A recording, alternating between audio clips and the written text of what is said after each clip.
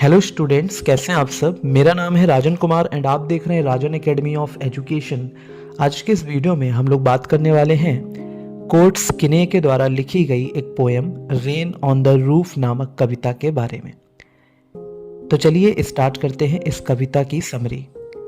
इस कविता में कवि बात करता है और कहता है कि जो आकाश में काले बादल हैं, ठीक है, यानी कि आकाश जो है वो काले बादलों से घिरा हुआ है, भरा हुआ है और बारिश होने ही वाली है।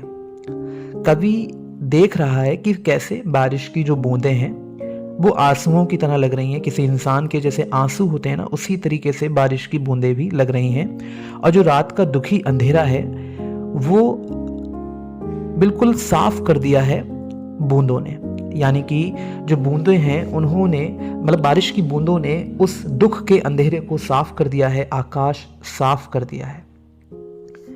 रेन ऑन द रूफ इस कविता में कवि एक बारिश वाले दिन के बारे में बात कर रहा है। कवि को बारिश होने पर अपनी पास्ट मेमोरीज याद आने लगती हैं। वह रात में बारिश की पटर पटर आवाज सुन रहा है। अब ये जो पटर पटर की आवाज है उससे वो काफी चीजें रिलेट कर रहा है। उसे उसके पुराने दिन याद आ रहे हैं, उसका बचपन याद आ रहा है जब वह एक छोटा बच्चा हुआ करता था। वह अपनी माँ के बारे में याद कर रहा है, अपनी माता जी को याद कर रहा है।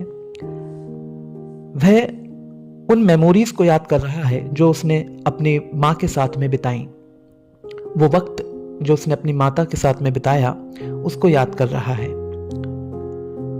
कवि यह भी याद कर रहा है कि कैसे उसकी माँ उसका लालन पालन किया करती थी, कैसे बारिश के दिनों में उसकी माँ उसका ध्यान रखा करती थी ताकि उसको ठंड ना लगे, क्योंकि बारिश के दिनों में अक्सर बच्चों को ठंड लग जाया करती है बारिश में भीगने के कारण।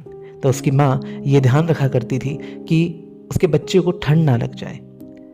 ये जो केयर उसकी माँ दिखाती थी और जो उन दोनों के बीच एक प्यारा रिश्ता था उसको याद कर रहा है कवि। बारिश की जो पटर पटर की आवाज़ है, जैसा कि मैंने आप लोगों को बताया, तो ये आवाज़ उसे यह सब याद दिला रही है। कहीं ना कहीं कवि चीज़ों को रिलेट कर रहा है और इमेजिनेशंस में भी जा रहा है।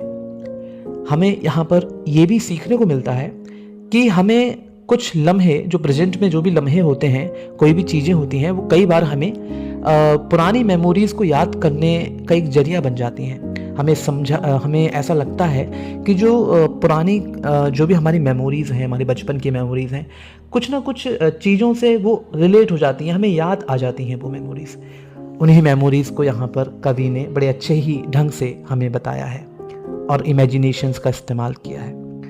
तो I hope students and friends, आप लोगों को ये समरी अच्छी लगी होगी, तो प्लीज़ लाइक कीजिएगा, शेयर कीजिएगा एंड कमेंट कीजिएगा। Thank you so much for watching this video completely. Thank you.